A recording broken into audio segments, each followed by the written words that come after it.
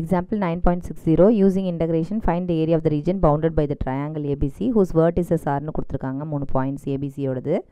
First அந்த vertices வச்சு நம்ம என்ன செஞ்சுக்கலாம், இந்த கிராஃப்ல அந்த ட்ரையாங்கிளை வரைஞ்சிக்கலாம். இது x axis, இது y axis, இது origin. ஃபர்ஸ்ட் பாயிண்ட் பாருங்க -1, 1. -1ங்கிறது இங்கே சப்போஸ் இங்கே இருக்கு. இது 1, இது 2, 3, 4. இங்கே -1 -2 இந்த இடம் கூட தேவையில்லை, ஏன்னா y ஆக்சிஸில் ஃபுல்லாக பாசிட்டிவ் வேல்யூஸ், அதனால் எல்லாமே மேலே தான் இருக்க போகுது. 2 3 4 5 ஓகேவா. -1, 1ங்கும் போது எங்கே இருக்க போகுது அப்படின்னா -1, 1 இங்கே, இது ரெண்டும் இன்டர்செக்ட் ஆகிற இடத்துல ஒரு பாயிண்ட், அது A. -1, 1.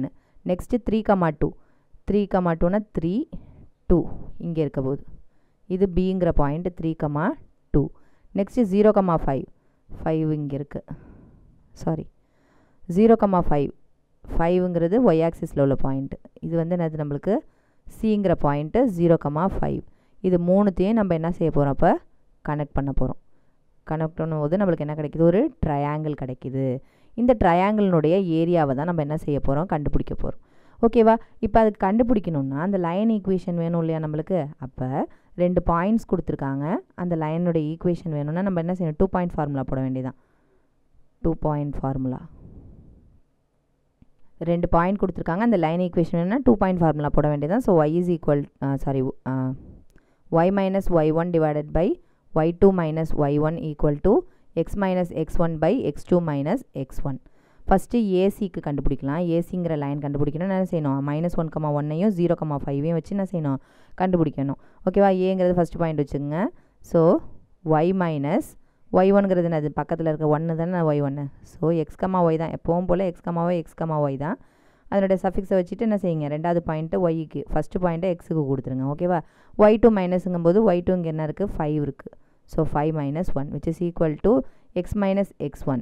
x1ங்கிறது என்னது -1, இங்கே ஏற்கனவே மைனஸ் இருக்கிறதுனால +1 மாற்றிங்க. டிவைடட் பை x2, x2ங்கிறது 0. ஸோ 0 மைனஸ் ஆஃப் -1ங்கும் போது +1 ஆகிடும். which is equal to y minus 1 divided by 4. Just அப்படி சிம்பிளிஃபிகேஷன் கொடுத்துக்க வேண்டியதான், x plus 1. So y minus 1 is equal to 4x plus 4. So y is equal to 4x plus 4 -1ங்கும் போது என்ன ஆகிடும், 3 இந்த -1 அங்கே போனதுன்னா +1 ஆகிடும். 4 plus 1 5. ஓகேவா. y is equal to 4x plus 5. இது வந்து இந்த ஏசிங்கிற லைனோட ஈக்குவேஷன்.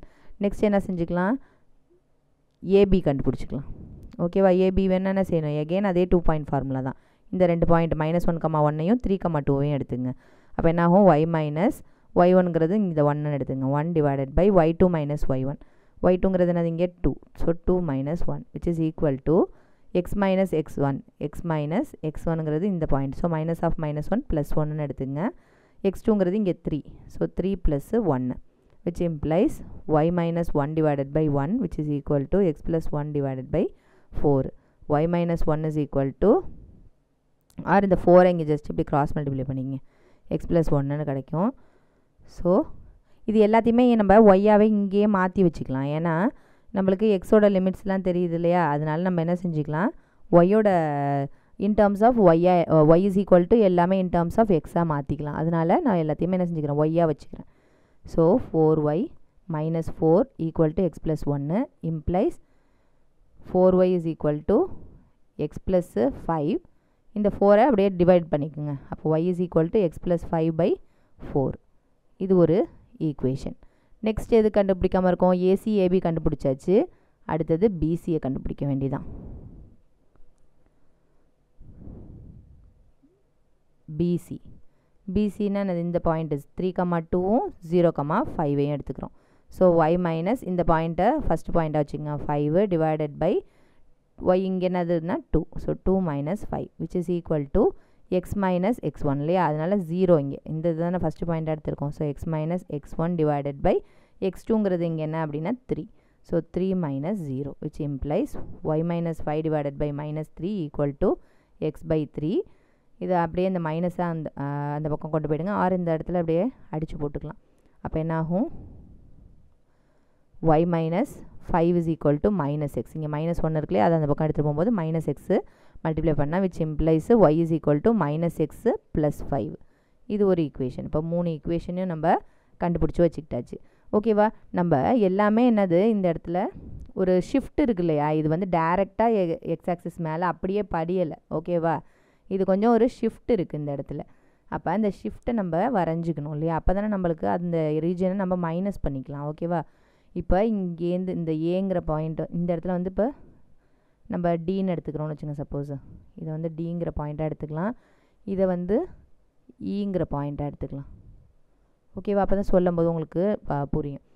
ஃபஸ்ட்டு இங்கே பாருங்கள், இந்த இருக்குது பார்த்தீங்களா, டிஏபிஇங்கிற போர்ஷன் வரைக்கும் அது ஷிஃப்ட் ஆகிருக்கு. அந்த ட்ரையாங்கிள் என்ன அது எக்ஸஸாக ஷிஃப்ட் ஆகிருக்கு. அப்போ நம்ம எல்லாமே கண்டுபிடிக்கும் போது இந்த ஏசி இந்த ட்ரையாங்கிள் ஏரியா கண்டுபிடிக்கும் போது எக்ஸ்ட்ராவாக இந்த போர்ஷன் இருக்கும், இந்த ட்ரையாங்கிளினோட ஏரியா கண்டுபிடிக்கும் போது எக்ஸ்ட்ராவாக இந்த போர்ஷன் இருக்கும். புரியுதா? ஏன்னா வந்து அந்த பாயிண்ட்டை வச்சு நம்ம சப்ஸ்டியூஷன் கொடுக்கும்போது என்ன செய்வோம், ஜீரோ இந்த ஆக்சிஸ்லேருந்து தான் அந்த பாயிண்ட். ஓகேவா?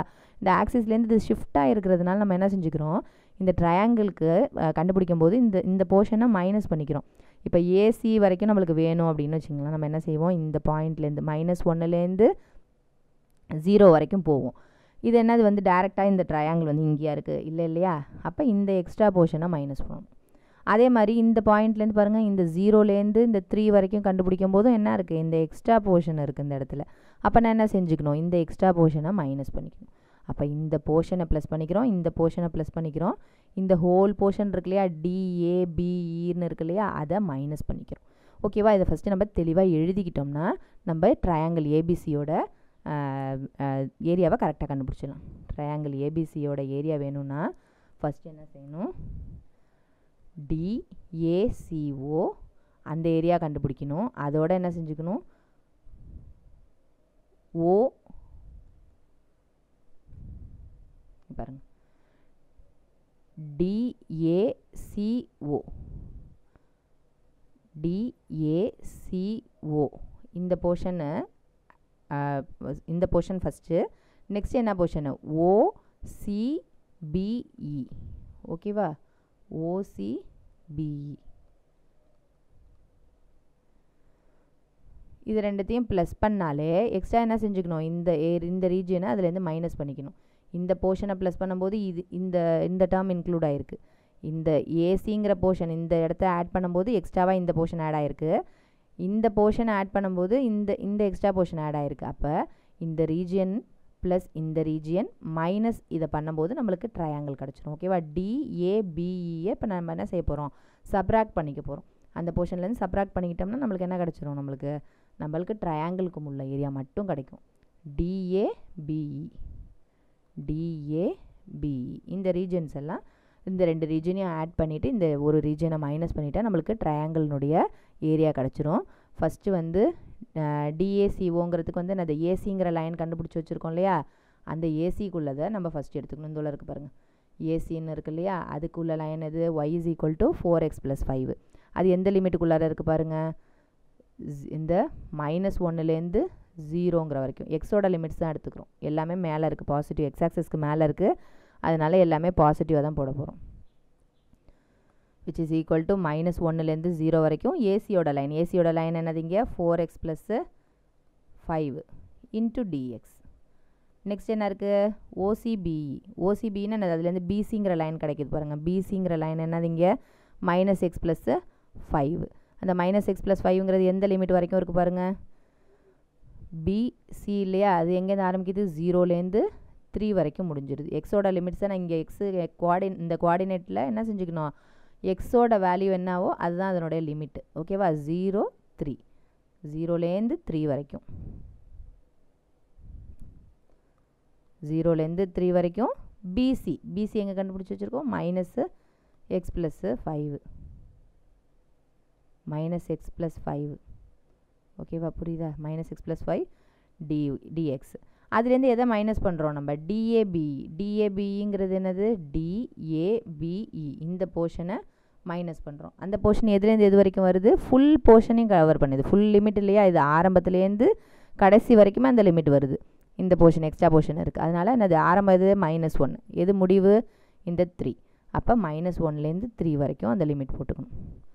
-1லேருந்து 3 வரைக்கும் எந்தது, ஏபிங்கிற ஈக்குவேஷன் எங்கே கண்டுபிடிச்சிருக்கோம், y = எக்ஸ் ப்ளஸ் 5/4 இருக்குல்லையே அதுதான் இன்டூ டிஎக்ஸ். இப்போ எல்லாத்துக்கும் லிமிட்ஸ் இருக்குது, எல்லாத்துக்கும் ஏரியாவோட அந்த ரீஜன் இந்த லைனை நம்ம எழுதியாச்சு, ஜஸ்ட் இன்டகிரேஷன் கொடுக்க வேண்டியதான். ஸோ 4x + 5ன்னு இருக்குல்லையே அதை இன்டகிரேட் பண்ணிக்கலாம். 4 இன்டூ எக்ஸ் இன்டகிரேட் பண்ணும்போது x² டிவைடட் பை 2 ப்ளஸ் 5ங்கிற கான்ஸ்டன்ட்டு. ஸோ 5ஓட இன்டகிரேட் பண்ணும்போது எக்ஸ் இன்டூ எக்ஸை மல்டிப்ளை பண்ணிக்கணும். ஸோ -1லேருந்து 0 வரைக்கும் இந்த போர்ஷன் முடிஞ்சிட்டு நெக்ஸ்ட் இந்த போர்ஷனுக்கு வரும். ப்ளஸ் இங்கே -xன்னு இருக்குது, அதை இன்டகிரேட் பண்ணும்போது -x² டிவைடட் பை 2. இங்கே எக்ஸ்ட்ரா ப்ளஸ் 5 இருக்குது, 5 இன்டகிரேட் பண்ணும்போது 5 into x. So integration limit 0லேருந்து 3. இங்கே மைனஸ் இருக்குது, இங்கே இந்த 1/4 வெளியில் கூட எடுத்துக்கலாம். எடுத்துகிட்டு இந்த எக்ஸை இன்டகிரேட் பண்ணிங்கன்னா x² பை 2. இங்கே 5 இருக்குது, plus 5 into x by 5 into x constant integrate பண்ணும்போது எக்ஸ்ட்ராவாக ஒரு multiplication with x. Then limit -1லேருந்து 3 வரைக்கும். இப்போ எல்லாத்துலேயும் லிமிட்ஸ் அப்ளை பண்ண வேண்டியது. Upper limit minus lower limit. Upper limit என்னது இங்கே 0, எல்லாமே எக்ஸோடைய மல்டிப்ளை ஆயிருக்கு, அதனால் ஃபஸ்ட்டு டேர்ம் போடும்போது எல்லாமே என்ன ஆகிடும் 0 ஆகிடும். அப்பர் லிமிட் போடும்போது minus the lower limit. Upper limit முடிஞ்சு லோயர் லிமிட்டை சப்ஸ்டியூஷன் பண்ணால் என்ன செய்யணும், மைனஸ் போட்டு லோயர் லிமிட் சப்ஸ்டியூஷன் பண்ணணும். எங்கெல்லாம் எக்ஸ் இருக்கோ அங்கே -1 சப்ஸ்டியூஷன் கொடுக்க போகிறோம். So 4 into -1² 4. 4 divided by 2. 5 into -1ங்கிறது -5. இந்த போர்ஷன் முடிஞ்சிட்டு நெக்ஸ்ட் இந்த போர்ஷனுக்கு வந்துக்கிறோம். So -3² divided by 2 plus 5 into 3 15. இது upper limit. Minus the lower லிமிட்டுங்கிறது என்னது 0 தான், ஏன்னா எல்லாமே எக்ஸோட மல்டிப்ளை ஆகிருக்கு. சப்ஸ்டியூஷன் பண்ணும்போது 0 கிடச்சிரும். மைனஸ் இங்கே இருக்கிற minus into 1/4. First upper limit 3. So 3² divided by 2. 3²ங்கிறது 9. ஸோ 5 இன்ட்டு 3ங்கிறது 15. இது அப்பர் லிமிட் முடிஞ்சிருச்சு. Minus the lower limit. இந்த 1/4 என்னது இதுக்கும் சொந்தம் இல்லையா, அதனால் 1/4 உள்ள மல்டிப்ளை பண்ணிங்க. -1 த ஹோல் ஸ்கொயருங்கும்போது +1 ஆகிடும். ஸோ 1/2 ப்ளஸ் 5 இன்ட்டு -1ங்கிறது -5. ஸோ -5ன்னு சேர்த்து போட்டுக்கலாம். ஓகேவா? இப்போ அப்பர் லிமிட் லோயர் லிமிட் ரெண்டுமே முடிஞ்சிருச்சு. ஜஸ்ட் இதை அப்படியே சிம்பிளிஃபிகேஷன் பண்ணிகிட்டே போக வேண்டியதான் கடைசி ஆன்சர் வர வரைக்கும். இதை கேன்சல் பண்ணிங்க 2. வேறு ஏதாவது கேன்சல் பண்ண முடிஞ்சால் கேன்சல் பண்ணிக்கலாம். ஸோ 2 - 5ங்கிறது -3. இங்கே ஏற்கனவே ஒரு மைனஸ் இருக்கிறதுனால +3ன்னு ஆகிடும். இந்த இடத்துல பாருங்கள் -9/2ன்னு இருக்குது, இங்கே ஒரு ப்ளஸ் இருக்குது. Plus into minus. So -9/2 plus 15. இங்கே இருக்கிற ப்ளஸ் 15. நெக்ஸ்ட்டு இந்த மைனஸை உள்ளே மல்டிப்ளை பண்ணிக்கணும். ஸோ -1/4 இன்ட்டு இது அப்படியே டேரெக்டாக என்ன செஞ்சுக்கலாம், ஒரு டேர்மோடையும் மல்டிப்ளை பண்ணிவிடுங்க. அப்போ என்ன ஆகிடும் நம்மளுக்கு -9/8. இந்த மைனஸோடு சேர்த்து இந்த 1/4 மல்டிப்ளை பண்ணும்போது -15 டிவைடட் பை 4ன்னு கிடைக்கும். இங்கே என்ன ஆகிடும் மைனஸ் இன்ட்டு மைனஸ் ப்ளஸ்ன்னு ஆகிடும். So 1/2 into 1/4 1/8. அப்போ இங்கே என்னது minus into minus plus, plus into இங்கே ஒரு மைனஸ் இருக்குது. ஸோ -5/4. ஓகேவா? நல்லா கவனமாக போட்டுக்கணும், ஏன்னா தப்பாக போயிடும். ஓகேவா? விச் இஸ் ஈக்குவல் டு எதெல்லாம் கேன்சல் ஆகுதோ இல்லை எதெல்லாம் சிம்பிளிஃபை பண்ண முடியுமோ அதெல்லாம் ஜஸ்ட் இங்கே சிம்பிளிஃபை பண்ணிக்க வேண்டியதான். 15 + 3 18. இங்கே வேறு ஏதாவது டினாமினேட்டர் 2 உள்ள டேர்ம் இருக்கான்னு பார்க்கணும், இல்லை. ஸோ அது அப்படியே தனியாக வச்சுக்கலாம். நெக்ஸ்ட்டு டிவைடட் பை 8 உள்ள டேர்ம் இருக்குது, இங்கே இருக்குது பாருங்கள். -8 டிவைடட் பை 8ங்கிறது -1ன்னு ஆகிடும். இந்த இடத்துல என்ன இருக்குது -20 டிவைடட் பை 4ங்கிறத டிவைட் பண்ணும்போது -5ன்னு ஆகிடும். ஸோ 18 - 1ங்கிறது 17. 17ல் 5 போயிடுச்சுன்னா 12. 12 - 9/2 மட்டும் இருக்கும். ஜஸ்ட் இது அப்படியே எல்சிஎம் எடுத்துங்க. அப்போ என்ன ஆகும் 24 - 9 divided by 2 which is equal to 15 divided by 2. 15/2 square units. இதுதான் அந்த ட்ரையாங்கிளினுடைய ஏரியா. ஓகேவா?